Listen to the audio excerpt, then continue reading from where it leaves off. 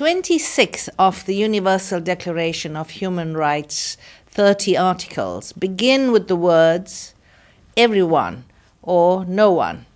Everyone should enjoy all human rights. No one should be excluded. The concept of non-discrimination lies at the heart of human rights, and for that reason, it has been designated the official theme of this year's Human Rights Day. Since the Universal Declaration was adopted in 1948, we have developed a range of international treaties imbued with the concept of non-discrimination, which are reflected in thousands of national laws and constitutions. Quite a few countries now have truly universal education, and a smaller number have universal public health systems.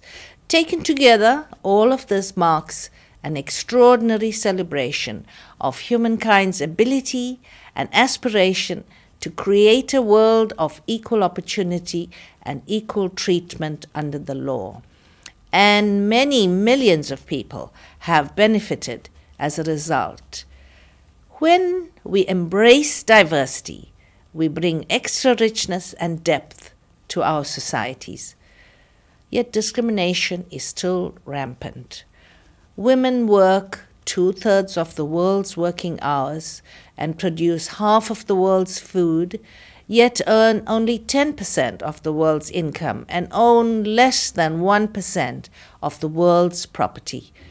Despite significant improvements over the past century, women and girls are still discriminated against to some degree in all societies and to a great degree in many.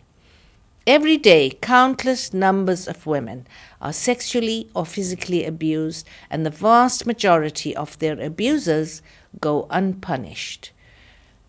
Minorities in all regions of the world continue to face serious threats, discrimination, and racism, and are frequently excluded from taking part fully in the economic, political, social, and cultural life available to the majorities in the countries or societies where they live.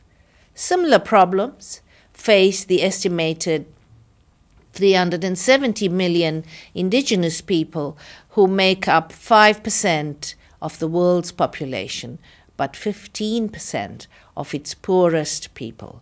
They are often marginalized, deprived of many fundamental rights, including land and property, and lack of access to basic services.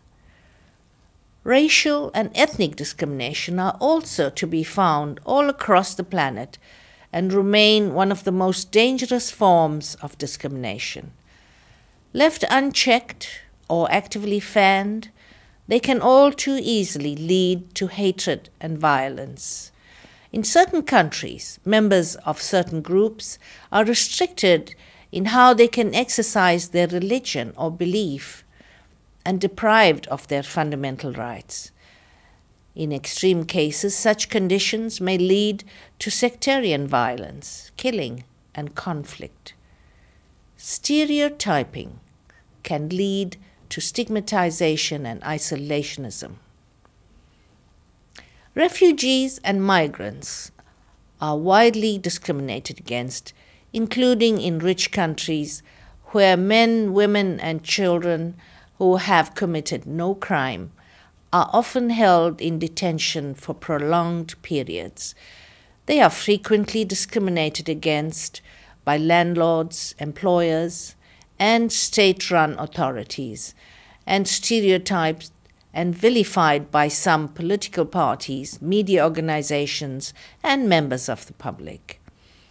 Many other groups face discrimination to a greater or lesser degree. Some of them are easily definable, such as persons with disabilities, stateless people, gays and lesbians, members of particular castes, and the elderly.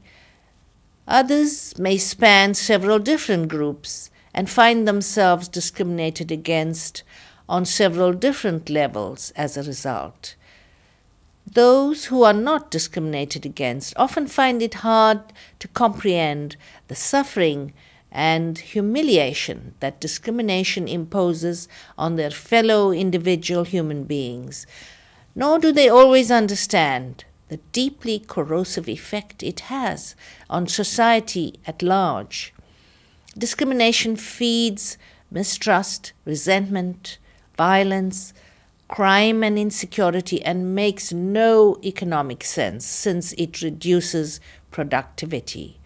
It has no beneficial aspects for society whatsoever. Yet we continue to practice it, virtually all of us, often as a casual reflex without even realizing what we are doing. I would therefore like to encourage everyone, everywhere, to honor Human Rights Day 2009 by embracing diversity and resolving to take concrete and lasting actions to help put an end to discrimination.